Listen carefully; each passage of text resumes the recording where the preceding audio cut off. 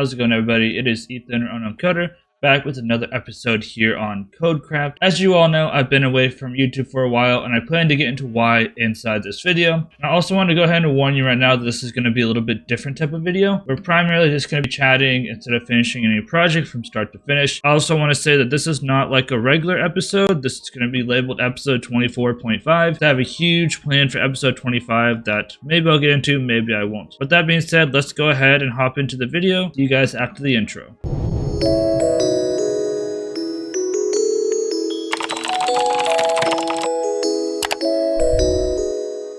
So before we actually get into where I've been, I just wanted to quickly talk about the work I've done in the world while I was actually away. That's because even though I was not creating YouTube videos these past 3 weeks, I was still playing on the world. The last thing we left off me and worked on was finishing the perimeter floor, so I went ahead and completely flattened everything out, and this probably took another good 20 hours, and I really wish that I would have stopped the world either earlier so I would have far less work to do. Then after flattening all this out, we had to place all the glass in to make the perimeter spawn proof. This again took another 20 hours or so to complete the other 3/4 of the perimeter I hadn't done yet. About 2/3 of the way through the final part, we actually had to go mine more sand because we ran out of glass. This time around though, I didn't want a ton of extra gray glass, so I only smelted a box at a time. This also allowed me to have sand left over for the next project that we wanted to work on. After we completely finished up the floor of the perimeter, we took some of our extra bamboo and some of the string to mass craft scaffolding. You can probably imagine what we're going to be using all these scaffolding for. And this all ties into the title of the episode. We have another perimeter that is more than halfway finished in the nether, and we still need to drain out all of the lava. I originally thought that I was going to be smart by building the gold farm and wither skeleton farm over a lava lake, but after all of this, now I really regret it. We took all of the leftover sand, scaffolding, invisibility, and fire res potions over to the nether to clear out the lava. We worked on clearing out the lava for over a week straight, and we also died twice, which is also why we are going to go in and fight the Ender Dragon later. In between working on the lava draining, we also took a look into chunk loading the bamboo farm so they stopped working. And the entire reason that we're working on clearing out the lava now is because I want to get my world ready for 1.19. In versions before 1.19, there's a clever way of clearing out bedrock with using update suppression, and I'm worried that the 1.19 might actually ruin this for us. So essentially what we want to do is get the nether perimeter down to bedrock and clear all the bedrock with pistons before upgrading to 1.19. Luckily Optifine's not even out at the time of the recording anyway, so it's not like I was going to update anyway. Something else I'd like to do for 1.19 is to actually trim all of the chunks as well. So that means that I need to rebuild our shulker farm, and I want to build it as a one-dimensional shulker farm inside of a perimeter before I clear all the chunks outside of our jungle area. One final thing that I wanted to mention is that I had no gas tiers whatsoever to create ink crystals to actually respawn the Ender Dragon. I really wanted to respawn it the maximum number of times, that way I have plenty of options for gateways and maybe even make something cool in the end around them. So I spent hours clearing out a section in the drained nether perimeter, and every single time a gas would spawn, I would go up and hawkeye it until I had all 80 gas tiers that I needed, and this took literally forever because sometimes gas don't actually drop tiers and sometimes they don't drop anything. So with that being said, I believe that we are ready to transition into the next part of the video, or the more important part about where I've been. But if you're excited about the future of the world, be sure to like and comment on the video. Also subscribe and hit the bell icon so you don't miss any new videos coming out. Got all the ink crystals I need to respawn the dragon. I probably should have cleaned up some of this rails and stuff, but it is what it is. So I've never, oh, I found a hole. I've never actually respawned the dragon before, but I'm just going to go ahead and respawn him as many times as I can. That way I can get all these end gateways all open. I was going to say, what is that? But that's obviously from that pillar. So let's go ahead and do this. Hop into a time lapse while I chat more. So as you know, in the previous episode of KodeKraft, I said that I was going to be taking some time away because of personal reasons. I feel like it's probably been long enough to talk a little bit about what's going on. Keep in mind, I'm still not going to go into full detail because there's still some confidential things that I want to keep for my family's sake. But essentially, I had the perfect storm to be burnt out on making YouTube videos. At work, I was nearing the end of another training batch, and it was about to get very busy again as I was wrapping things up, and then tragedy struck myself and my wife. Again, I'm not going into full detail here, but we essentially suffered a loss that we could probably never imagine. So essentially the last few weeks we've just kind of been coping with the loss and trying to spend time with one another, and I was kind of just not focusing on YouTube, and I just need to get my mind back in the right place. Playing Minecraft without making videos is actually quite relaxing, and it helped me out quite a ton. fun. Even though I was doing a super grindy things like filling in a 258 by 258 perimeter with deep slate and glass, or draining a 259 by 259 nether perimeter of lava. I'm glad you all most likely understood why I was gone, and I know that probably wasn't that great for my channel, but I really couldn't be making YouTube videos at that point. I just needed some time to think and reflect and everything. I think that is enough with the sad talk for this video, and it's time to move on to the final planned part of this video, which is to go end raiding to get a whole bunch of Elytras after I died a couple of times and lost some Elytras in the nether.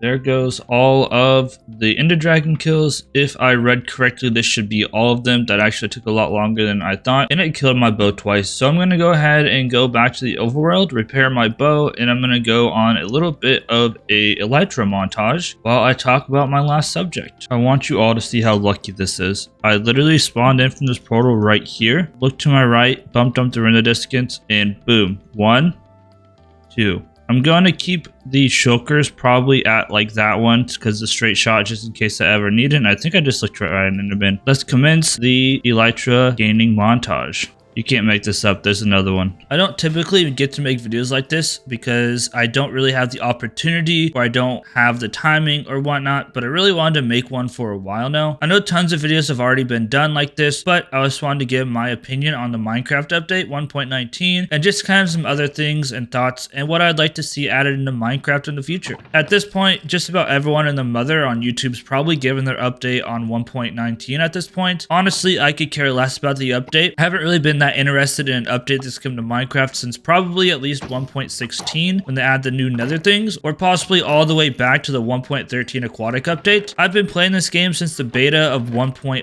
or 1.1, so I've seen a lot of things in Minecraft, and I've been through Minecraft's rise, its fall, its rise again, and now it's probably going to be its fall once again. I feel like the issue is that overall nowadays, the updates just don't really feel like they bring all that much into the game. And most of the features that are being added were probably not even asked for at this point. Sure, they are adding in new blocks like deep slate, mud bricks, frog lights. You can go on, but in exchange, now things like making perimeters are almost impossible without TNT mining unless you have like 12 plus hours a day, and they more than double the amount of ores that you can find when out going through caves. Their idea originally was to make people to go caving more and not have to make all of these big farms and things like that, but we didn't have the space in our inventory to actually hold all the things whenever we're going to mine because we've doubled the amount of ores. And this is what I want to focus on. It doesn't really seem like Mojang are actually listening, and they're just adding whatever they can add just to have an update come out. This probably does go much deeper than Mojang, and this is most likely going to be on Microsoft, honestly. Microsoft, from the outside looking in, seems to be pushing Mojang employees to the absolute limit for these updates. Instead of coming out naturally like they used to, they're being forced to push out 2 updates a year, working on at this point probably several different code bases, one of which is probably an absolute mess because Notch never even expected this game to blow up. And on top of these uninspired updates being pushed to kids on their twice-a-year vacation with school, Mojang are constantly undermining the most hardcore players, going the Call of Duty route, trying to cater to these more general public or more less hardcore players. They've been removing features that literally no one has been asking to be removed. For example, removing the ability for mobs to spawn / go through portals, which they're planning to bring in 1.20 or maybe a version 1.19. Literally no one asked for this change, and they're normally just trying to nerf farms that people have put hundreds of hours in designing rather than focusing on actually making the game better. I also just want to mention real quick that I'm not really part of the group of people who think that Mojang is trying to kill the Java edition, because they also treat the Bedrock edition like trash as well. There's a video by Antvenom the other day or the other week where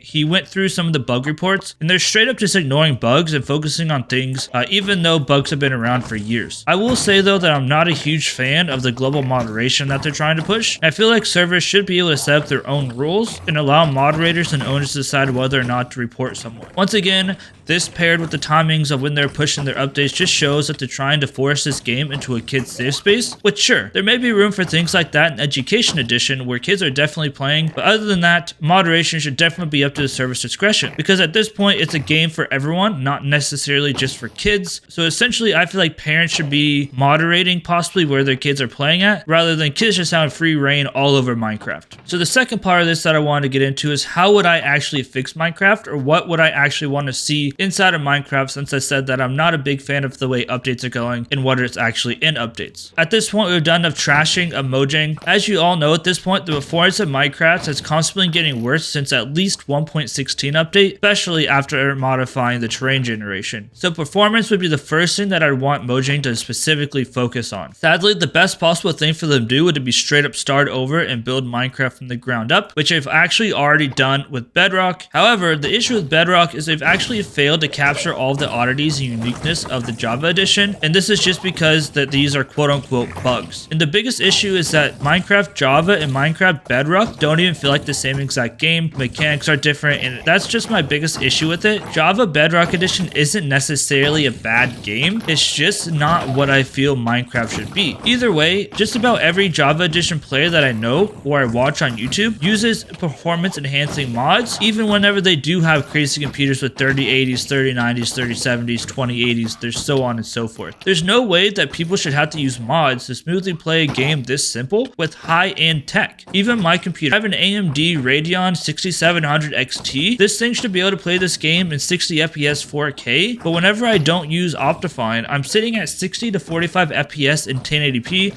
just because it doesn't work that well with AMD cards. The next thing that I would like them to do is to stop adding useless mods to the game just because they want the community to vote on something. Sure, the ally is cool and all, but pretty much unnecessary. They added glow squids a while back, and these things are just straight up annoying. Cool, you can add some glowing frames and some glowing text on signs, but right now they're literally just straight up bugged where if you have a perimeter, they'll spawn in any water deep down inside of a perimeter. So I literally cannot stop them from spawning, and it's the most annoying things in the world. Not even to mention phantoms, whose sole job is just to straight up be annoying. Like, whose idea was it to make people or punish players for not sleeping? Who cares if players don't sleep? You shouldn't be forced to sleep in a game that's all about creativity. So please Mojang, stop adding useless mods to the world that are just adding entities to the world to make it lag even more. Next, they have the technologies to make stairs, they have the technologies to make slabs, they have the technologies to make connected walls. So it cannot be that hard to generate a half slab, a stair, and a vertical half slab / wall for just about every building block in the game. Obviously, there's going to be limitations, but I'm a firm believer in stairs, slabs, and vertical slabs of everything in the game. Sure, this would ruin the inventory system even more, which I need to fix anyway, but think about it. The possibilities for this would be absolutely limitless. And I feel like that should be Minecraft's end goal, is to allow people to be creative and express themselves in any way possible. So I see adding these as only a quote-unquote net positive, even though the inventory would be a little bit of a mess. And I know I complained about inventory earlier, but that's also because they're removing things that don't make any sense. Finally, if Mojang do want to get rid of a quote-unquote OP farms, there has to be something replacing each one of these farms that are being destroyed. And this also means that every item in the game should be renewable somehow. They finally made headway by making dirt removable through stone and moss. They made gravel renewable back in 1.16 through piglin training, and now it's time to make sand renewable. There are so many ways to do it, and it makes more sense just to implement one at this point. The easiest way for Mojang to do this is through husks. I've seen this idea of being floated around all over the place, and it would be as simple as modifying the loot table for husks. As you know, husks spawn in the desert, so if husks have a chance to drop sand, similar to have drowned have a chance to spawn copper, people could set up spawners inside the desert and get sand that way. I'm not a huge fan of this because it's going to make a big mess. It's going to have a big byproduct of zombie flesh that I don't really want, so I'd rather them take a different approach. My idea to get unlimited sand is to implement a new workstation block that is something like a grinder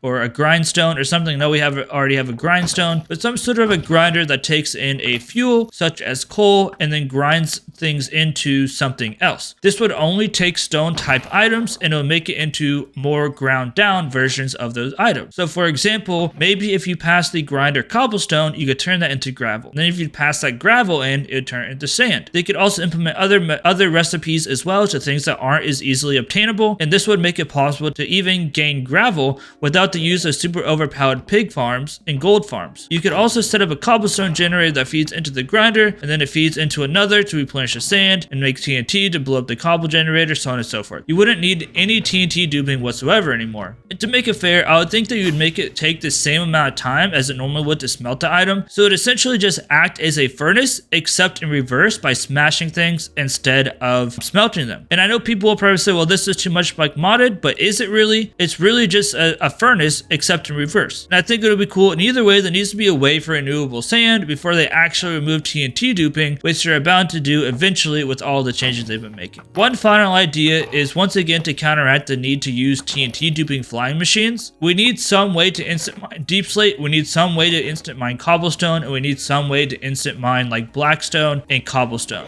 There's no reason that more advanced players should be punished who want to make perimeters just because Mojang wanted to make the world deeper. We've already been punished enough by having twice as many blocks to mine, and now it takes even longer to actually mine half of those blocks that they added at the bottom of the world. So what I do is I propose that netherite tools maybe get special properties, because realistically, sure, it's cool that the tools get extra durability, but you can be just fine with diamond. You don't necessarily need any netherite tools. It doesn't really do anything. I don't necessarily have any ideas for the other tools at this moment, but I feel like at the very least, the netherite pickaxe should be able to mine faster than diamonds, just like the diamond pickaxe can mine faster than iron, and so on and so forth. I feel like you should only be able to mine things like normal deep slate, not cobble deep slate, because just like stone, you can instant mine stone, but you can't instant mine cobblestone. And you should only be able to do this with probably like case 2 and efficiency 5. So essentially, it'll be just like the way you can instant mine stone with a diamond pickaxe, except with a netherite pickaxe. And this would allow for us technical players to hand mine perimeters once again without having to dupe all of the TNT. Because at this point, if you wanted to mine a perimeter like I do and only have an hour or 2 a day, it would take you over a year probably. For now, that's all I can think about for the update. So again, I would like to focus on performance, stop adding mobs we don't need, and give access to things that the players actually want. So that's going to wrap up my talking bit. I'll see you guys back at the end of the montage of raiding end cities for the outro. Alrighty everyone, it's time to look at our spoils from our little trip and actually wrap up the episode. We got everything that we wanted done. So here in the first box, we have all of the diamond helmets we got. We'll probably disenchant these and throw these inside of our castle at some point. We have all of our Elytras. End up getting all the Elytras I wanted, 27. So that means I can essentially die 27 times and lose an Elytra. I also have one on my back, so we're good to go. Or we can go on super long trips, fly forever essentially, and then stop and get XP at places. We got our diamond chest plates. Unfortunately, these were a little bit less common, or they had some bad enchantments on them. We have our pants. Again, not quite as common. We have our shoes. There's shoes literally everywhere. Some of these are actually pretty useful. I might not even disenchant some of these. We have our shovels. Quite a few shovels we can disenchant, put whatever we want on. Although there is a silk touch. Just throw efficiency on there, that'd be good. We have our pickaxes. Lots of pickaxes. There's some other pickaxes with like curse of vanishing, stuff like that I didn't want, so I didn't get all of those. Got our swords. Tons of swords that we can use. And then finally, we also got our other goodies. These aren't so important. We got a bunch of diamonds. We got some iron, some gold. And this was without even going through all of the cities. I ended up getting bored of going to the cities because my main objective was just to get Elytras. So I skipped out on probably more than half the city loot, and we still got all of these. So these are primarily just from ships. So with that being said, I appreciate you all. Next episode is going to be massive. I don't know when it's going to come out, but I have huge plans. If you liked the video, be sure to leave a like. If you didn't like it, be sure to leave a dislike. Either way, it helps out in the YouTube algorithm. If you want to see more videos like this, make sure you hit the subscribe button so you don't miss any. This has been Ethan on Koder. Peace out, everybody. I'll see you guys in the next episode.